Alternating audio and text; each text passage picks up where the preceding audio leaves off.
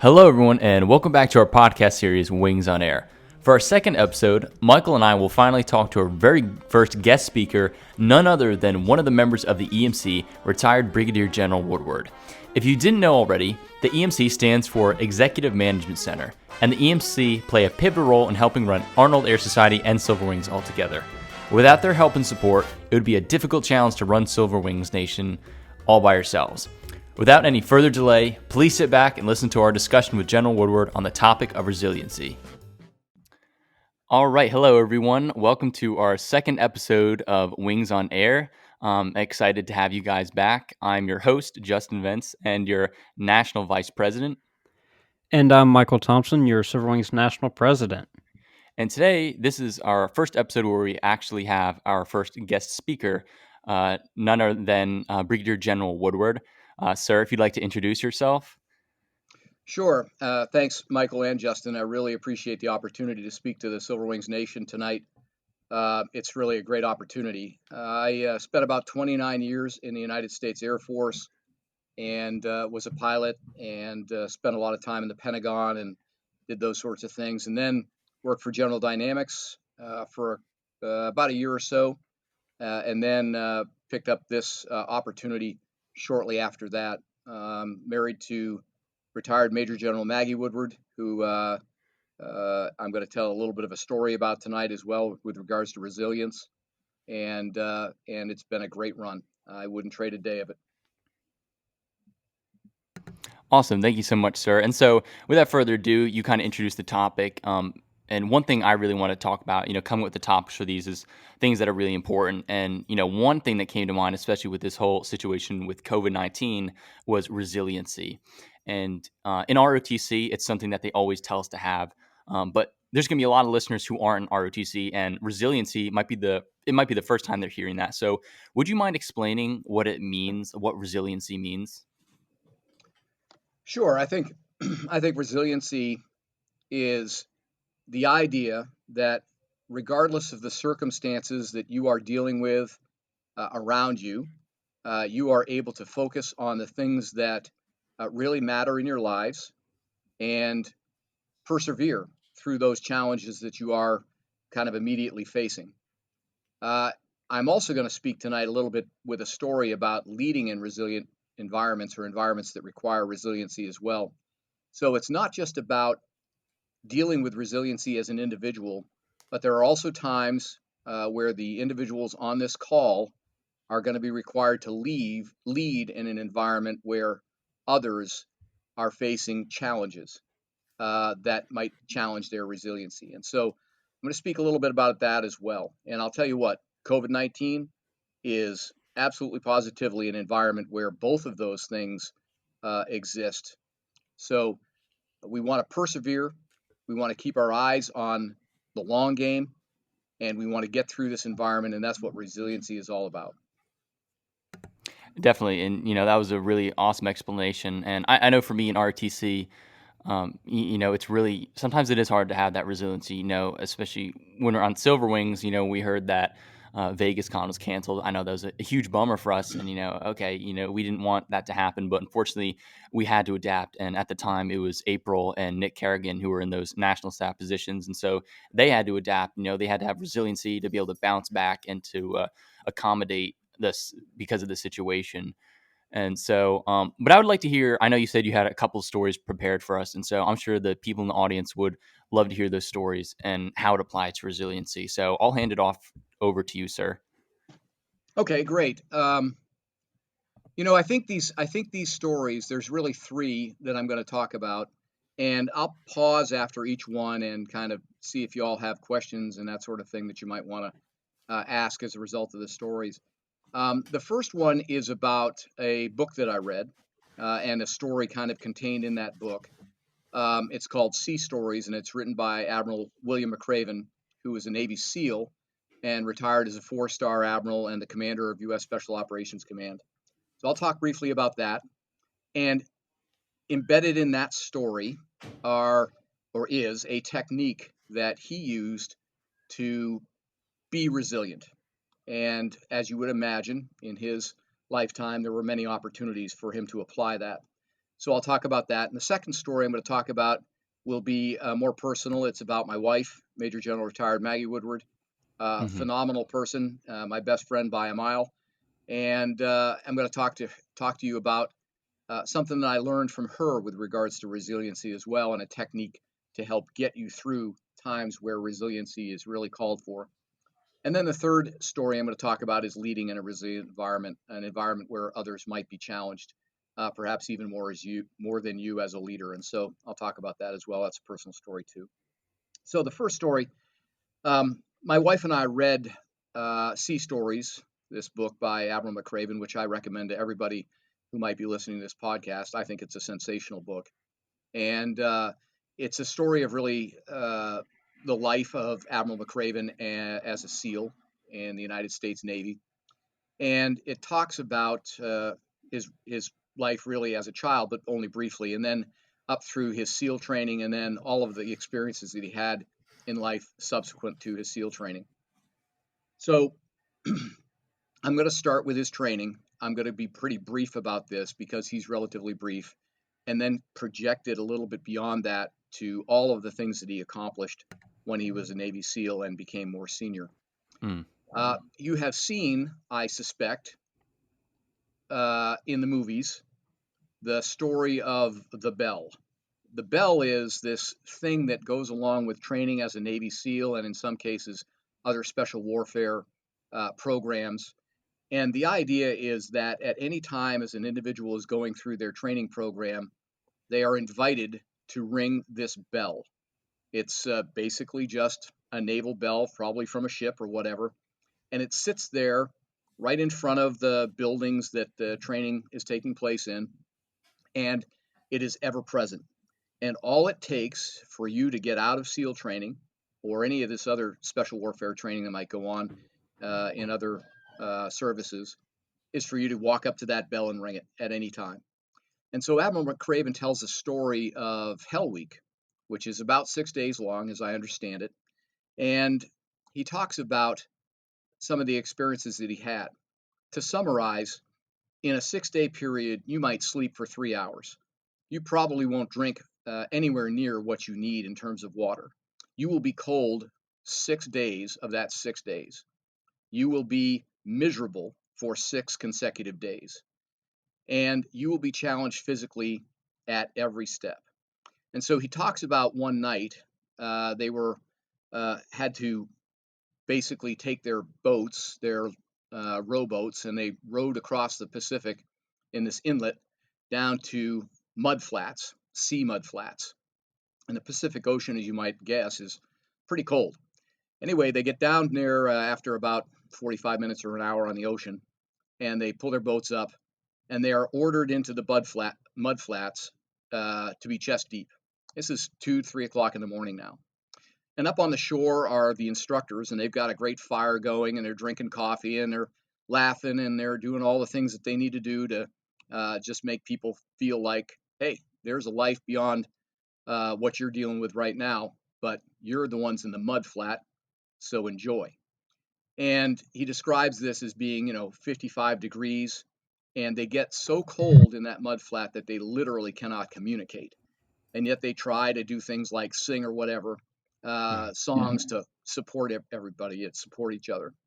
And every single second they're out there, somebody is shouting at them, telling them all they have to do is ring the bell. If they ring the bell, then they will be just fine. They can have a cup of coffee. They will warm up right away. They'll even massage their feet, for crying out loud. Whatever they want, they'll get. They can get 24 hours in the rack. They can get 24 hours of sleep. They'll get a steak dinner. They'll get a great shower right away. They will take care of them right away. Just ring the bell. As you can imagine, this is a pretty tough environment.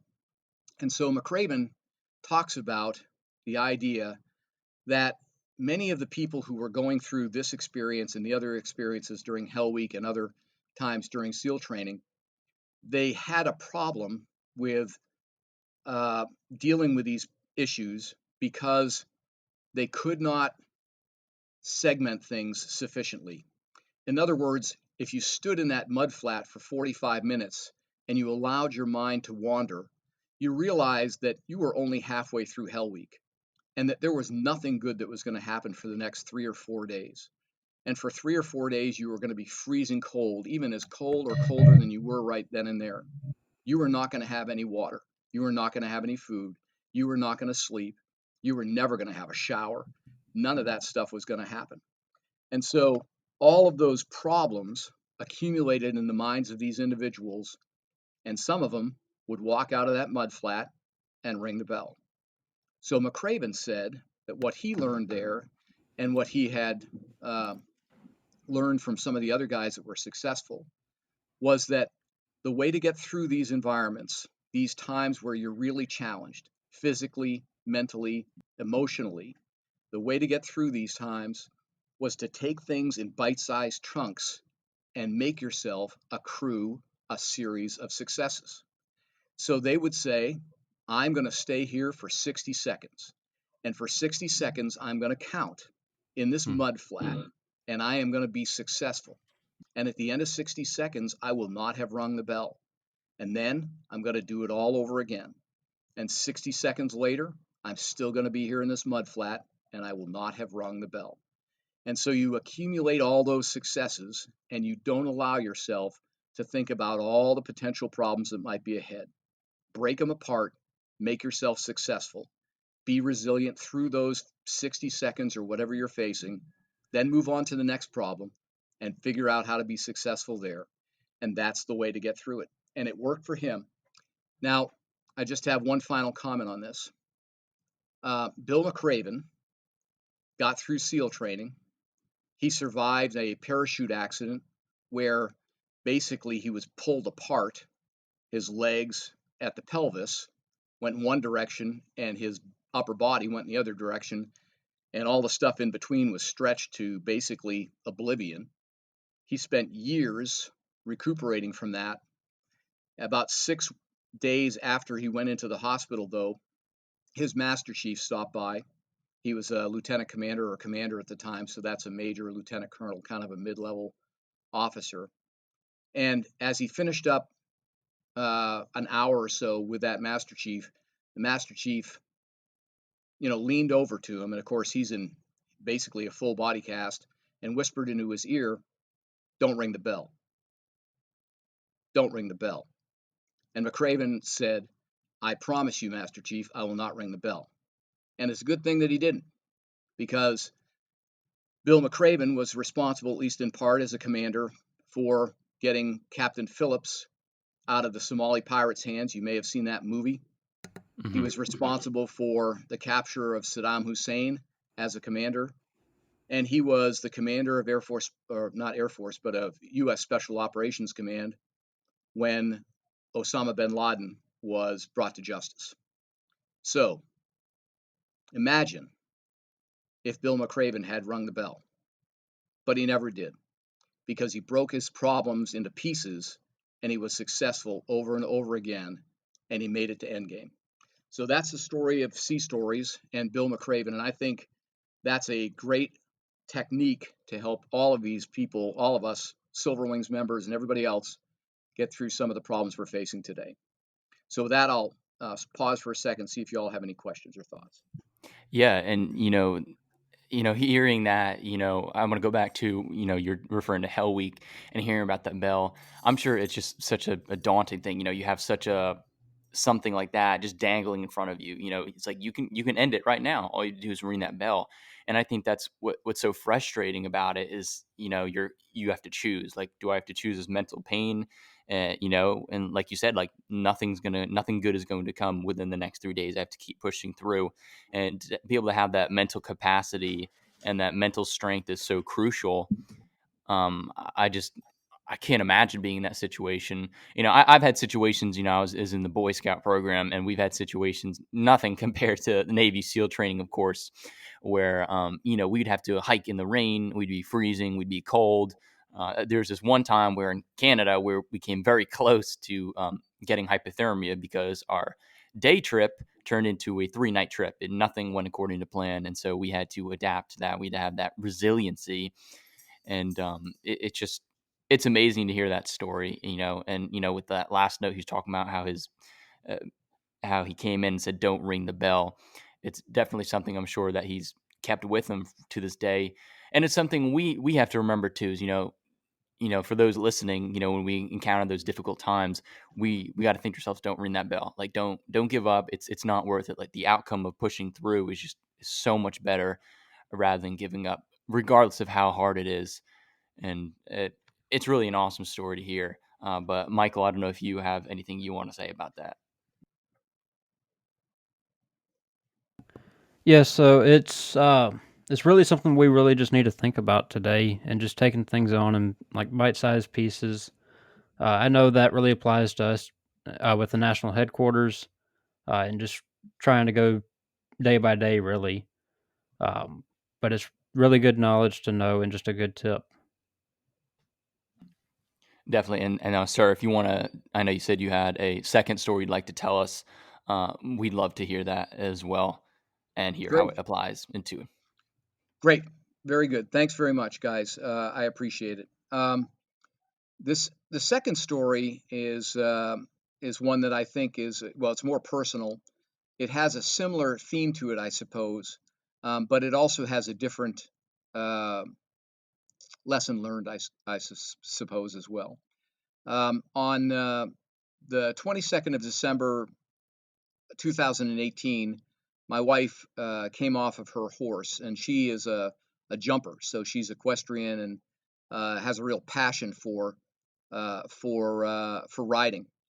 And so she came off of her horse, and uh, when she did, she actually went forward on it and was thrown basically, and came down with a leg locked essentially, her right leg locked, and pushed her femur basically right through her knee, and basically blew apart her entire leg. Wow. Fortunately, the injury went to the right on the right leg, which means it went to the outside of the leg as opposed to the inside of the leg. Had it gone to the inside of the leg, it could have killed her because the femoral artery is there. So this was a really a critical injury and a very dangerous situation. Um, Over the last, since 2018, December 2018, for the last 18 to 20 months or so, we have together been through 5 surgeries. Obviously, she's taking the brunt of that. 5 surgeries and I mean endless hours of physical therapy and everything else. And so here's what I think the message is here. While I will say it's true also that she breaks things into pieces, because if you look at the whole aspect of recovery here, you realize what a daunting task it is. But she breaks these things into pieces. But the real message that I want to bring to you is this: I have never seen a human being on the planet, and I have been around for quite a while now, work so hard at one thing, and that is to get healthy and to get better. Because for her, in her life right now, she wants more than anything else to get back on that horse and jump again. And she's going to. In fact, she's already been on the horse some and done some limited jumping. But I mean, she really wants to get back there and get into competition again and everything else. I am blown away.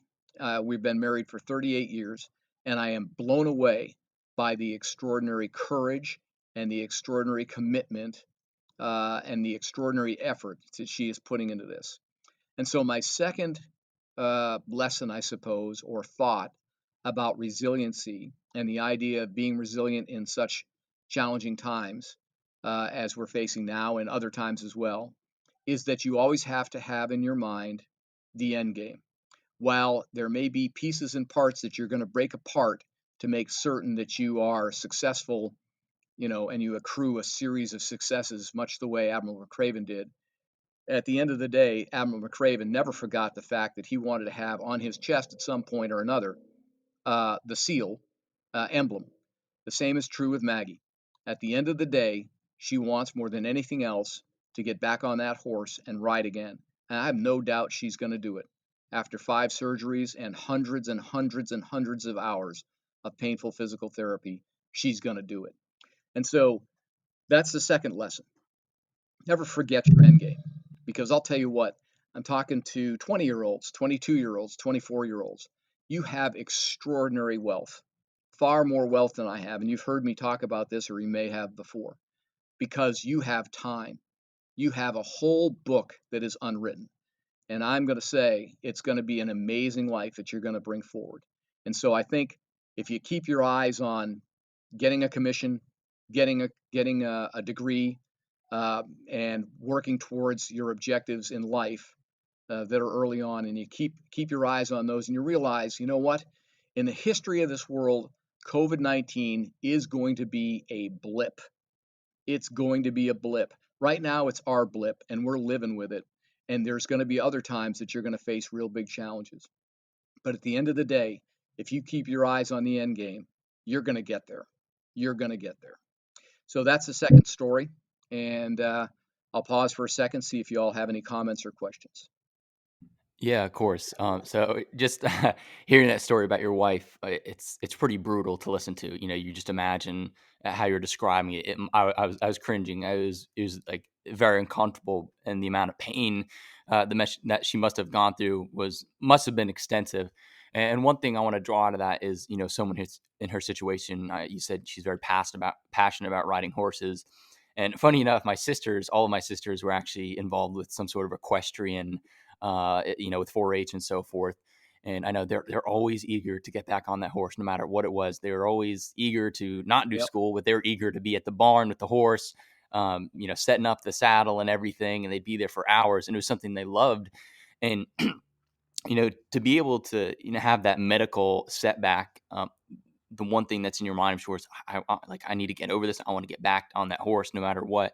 But it is so crucial that you do take your time, and like you said with your wife, with through all those surgeries and through all that time spent at the doctor and consulting, it was. I'm sure it was just daunting too, because I'm sure she was wondering, what I want to know is, can I ride again? Can I ride Yep. again? Yes or no? And like you said, one thing you said is you were inspired by the courage that she had and the patience that she had throughout that time. And I think that's one important thing to have is, regardless of how bad you want to get up there, you need to worry about what's going on now. You need to handle what's today. What can you do today that'll help you get to where you want to go? And so if you're going to disregard what your doctors have to say, all the medical expertise, then you're probably not going to get there. You might end up hurting yourself more than what you need to heal.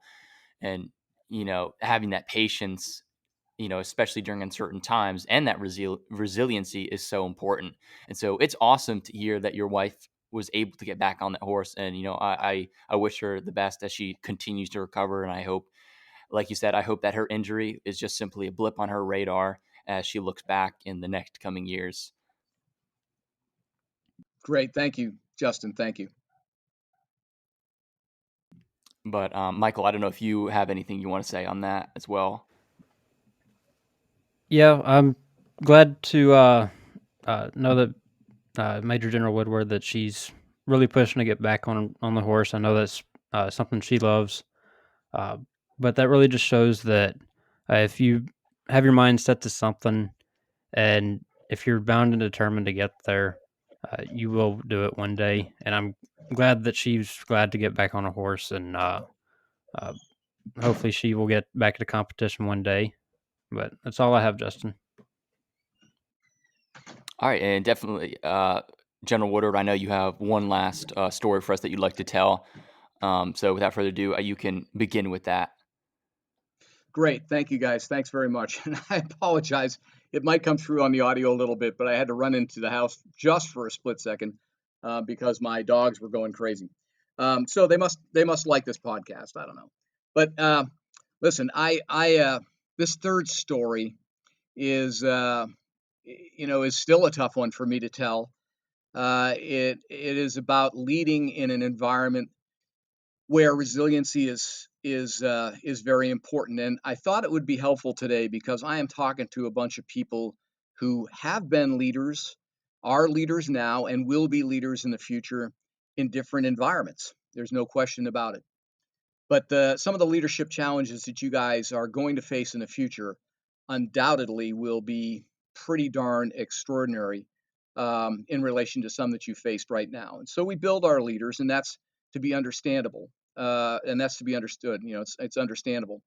But over time, you're going to develop your own set of feelings about how to lead people in organizations and in environments that are tough and challenging. And hopefully, at some point, if you encounter a real significant challenge, you'll think back on this, and you'll remember the lesson that I'm going to bring to you on this third story. On the 3rd of March, 2001, which, probably some of the people who are listening to this weren't even alive at that time. But on the 3rd of March, 2001, I was a group commander at Warner Robins Logistics Center in Warner Robins, Georgia. And, in March in Georgia, the weather patterns are changing. And so it's not uncommon in the mornings and the afternoons to have gigantic thunderstorms come blowing through. Well, this particular time of this particular day, the thunderstorms that were coming through were topping out at 55 and 60,000 feet. And this was 10 o'clock in the morning, and they were extreme, massive thunderstorms and tornadoes and that sort of stuff all over the place. And about 10:30, we received word that about 30 miles south, there was an aircraft crash. And we weren't sure what this was, but come to find out, it was a C-23 Sherpa, and it was flown by the Florida National Guard. And in the back were 18 Virginia. Actually, it's flown by the Army National Guard, the Florida Army National Guard. But in the back were 18 Air National Guardsmen from Virginia. And so as you would expect, in a very fluid situation at the time, we had to figure out what went on, who's going to be responsible for what, how significant the situation was. And of course, we were fighting miserable weather and didn't know where the airplane was fully located yet. We had to work with the sheriff and that sort of thing. Anyway, the first individual that went out to command was a guy named, I won't use his name because it's a podcast, but was a great friend of mine. He was a civil engineer. And so he went out, and basically what he did is he set up the camp, at least the initial kind of beginnings of a camp, I suppose you could say. Pretty austere environment. We located the accident site. We had some access, but everything was flooded and washed out, and it was tough. I mean, we had Humvees that were getting stuck and all kinds of other stuff. So it was pretty much a mess. In any event, my counterpart, my friend, did a fabulous job getting us somewhat established. And about midnight, I went out there about 11 o'clock. Actually, got there about 11:30, 11:45, and I felt that the most important thing was for me to head down to the site and see what we had. And he had not been there, so I felt that was my first responsibility. So that's what I did. I headed down to the site, and it was everything that you would expect it to be. I mean, it was an airplane that had fallen from 10,000 feet. It basically had torn itself apart in flight, and now we had a crash site in the field. Wreckage was scattered for 3 miles. We had no idea. We had a reasonable manifest now, so we had a pretty good understanding, I guess, of who was on board, and for sure that was going to be clarified by the morning. But we didn't know where anyone was, so we were still conducting search effort. Our cops were out there in the mud, in the muck, in the swamp. It was quite extraordinary. And this is midnight, 1 o'clock, 2 o'clock in the morning.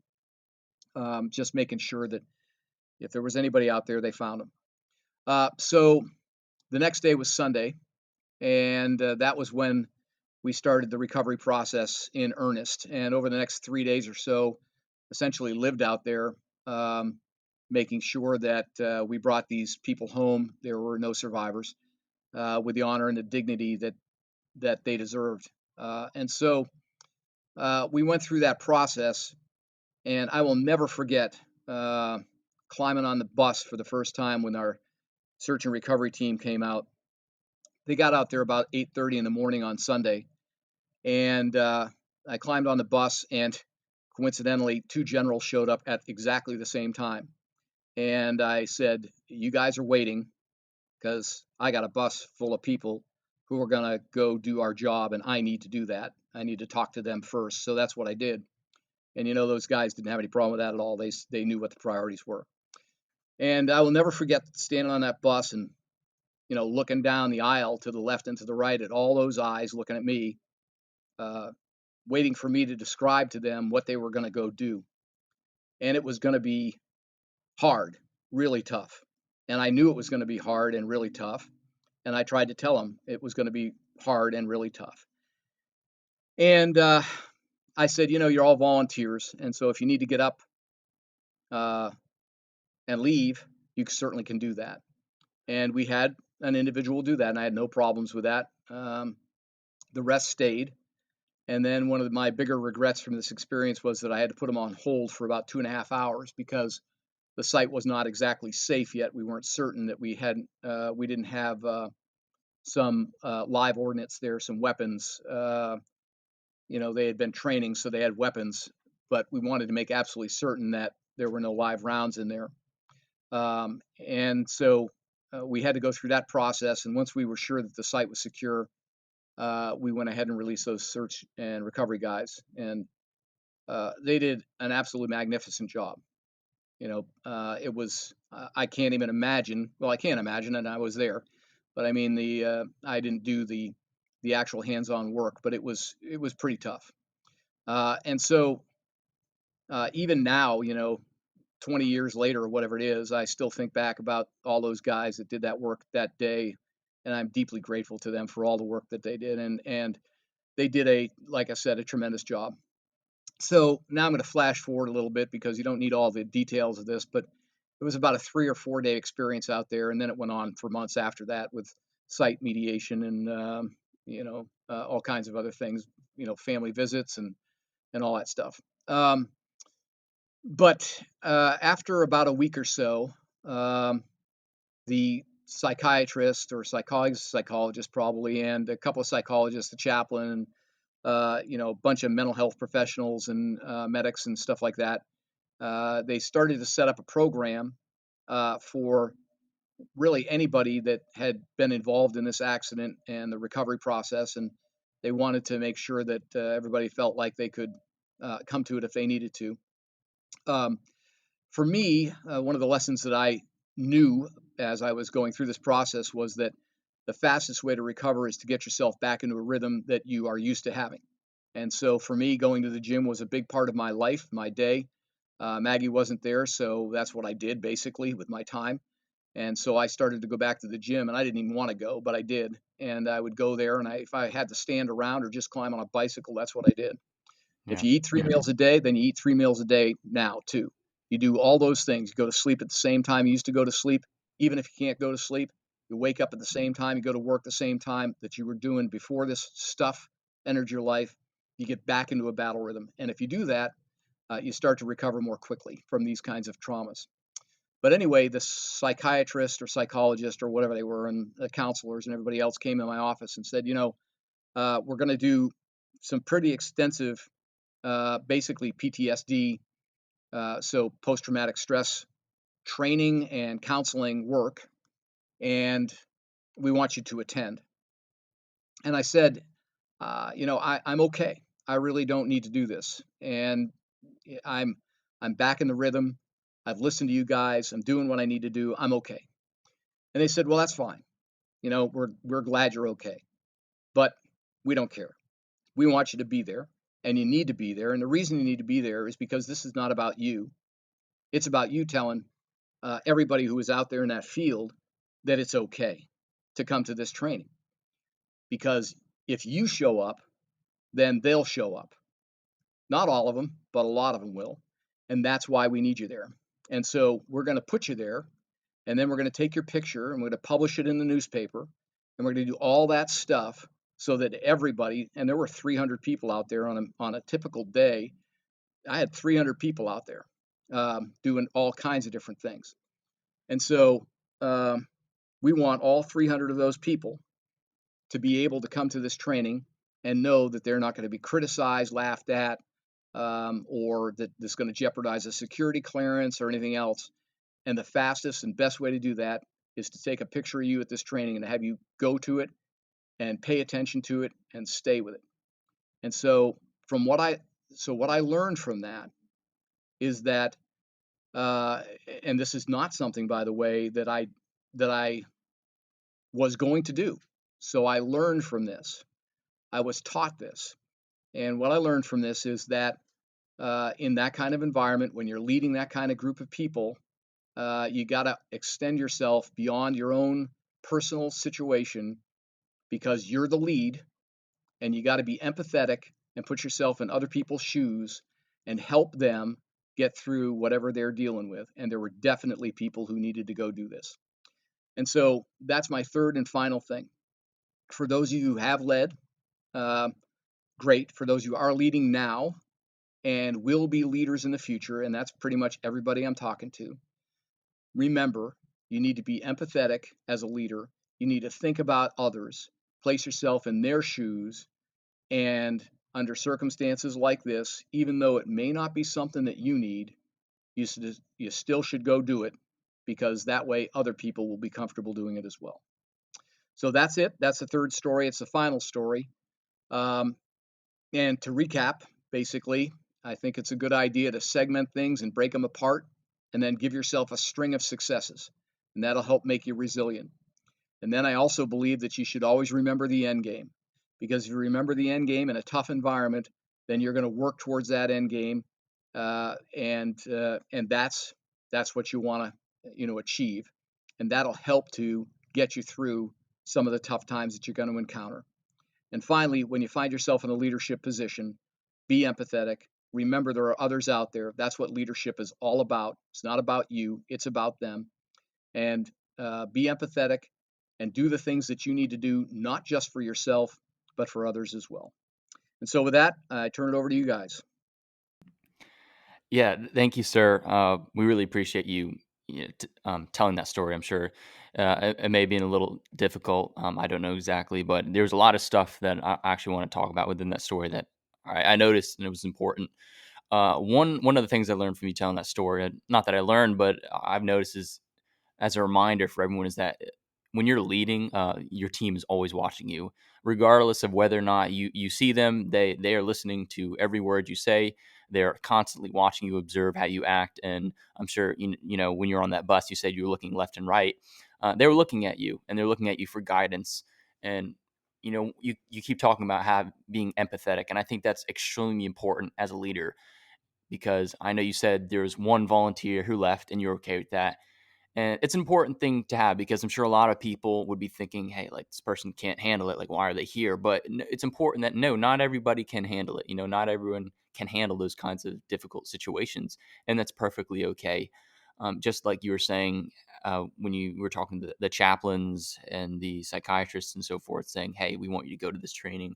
I think that is a critical example why it's important to be, a lot of people will want to think, hey, I'm strong. I don't need this. But it's important, by setting that example, regardless of whether or not you wanted to do it, sir, you still did it and it set the example. And so I'm sure there were people, for those who went to it, I'm sure that they saw you went and say, he went, it's okay. It's not, and it's okay for me to go because it was a difficult situation. This story is heartbreaking to hear about the situation. And I wasn't there, of course, but I'm sure it was difficult to be there. And so tying it into resiliency is you need to be able to bounce back, especially as a leader, because people are going to be watching you. If you're about to break down and cry in the corner, then it's going to be hard for people to look at you to lead them. But if you're staying strong, you're saying the right things and you're leading them, you're pushing on through and having that resiliency, then it sets the example. And I promise, I know because I've experienced it will make an impact on people long lasting. They'll remember you for that. And that's one thing I took from your story, sir. And again, I appreciate you telling me. But Michael, I don't know if you have anything to say from it. So really, as a pilot, that last story, it really says a lot. And obviously, seeing a lot of those, a lot of wreckage and stuff, and studying accidents and everything, uh, I know that those can really get to a lot of people. But as far as being a leader, uh, that people are watching you. As the national president, I know that people are watching me, and I'm doing my best to succeed and do what's best for the Silver Wings Nation. But you're exactly right as far as being empathetic and everything. It's definitely important, especially with COVID-19 and everything that's going on today. But that's all I have, Justin. Thank you, General Woodward, for joining us tonight. It is great to have you. Thanks again for everyone who took the time to listen to our second episode of Wings on Air. We hope that you enjoyed the discussion that we had on the topic of resiliency, and we'll try to remember its importance when you find yourselves in a position where you will need to set the example as a leader. Remember that no matter what, it's always important to have the knowledge, the wisdom, and the courage to serve, no matter where you are.